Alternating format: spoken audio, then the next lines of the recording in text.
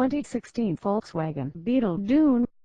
Nothing helps sell vehicles like a good dollop of nostalgia. It's the reason the previous generation Beetle sold more than 1 million units before being discontinued back in 2010. So it comes as no surprise that VW would delve back into its eclectic history to seek inspiration for a new model of Beetle. With a toughened-up exterior, the Dune pays homage to the iconic Type 1 Baja bugs, highly modified machines that were designed to take on long-distance desert races back in the late 1960s. But don't be fooled into thinking that this 2016 bug is a hardcore off-roader. There's no four-wheel drive system, VW opting for a front-wheel drive layout in the interest of weight saving.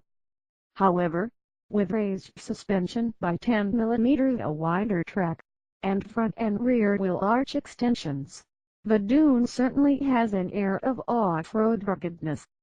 Aesthetically, the Dune also receives a plethora of changes, including redesigned bumpers, smart LED taillights, a whale-tail-esque spoiler, and whopping 18 in my thoughts alloy wheels.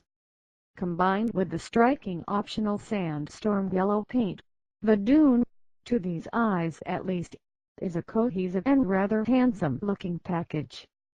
On the road, the Dune is surprisingly well polished. Any worries that the added ride height might corrupt the handling are quashed within the first few miles of country road. Body roll is minimal, the steering is well weighted if a little vague off-center, and, thanks to a widened track, there are impressive levels of grip.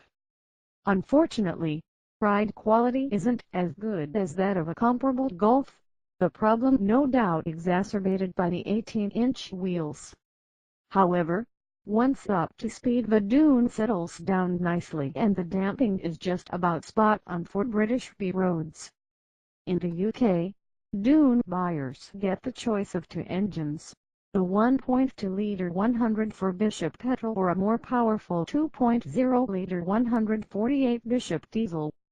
We had the former and were impressed with its gutsy nature and appetite for riffs. Disappointingly, throttle response was rather poor around town, but that's to be expected from such a small-capacity turbocharged engine.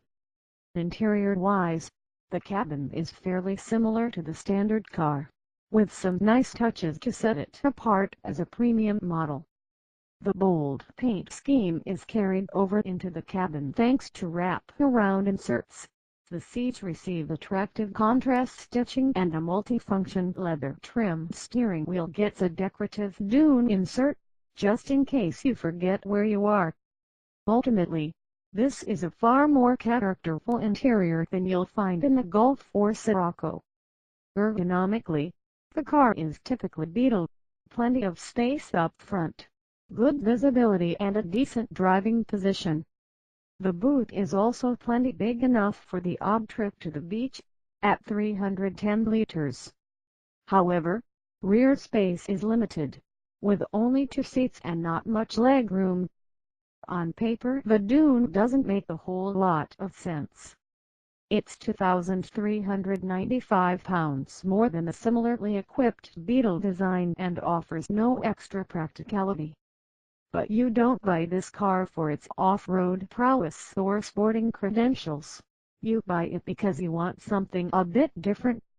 Something to stand out in. Ultimately, the choice for most will come down to personal circumstance.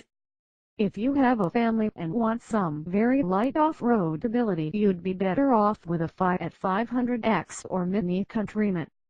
But if that's not a factor, we pick the Dune.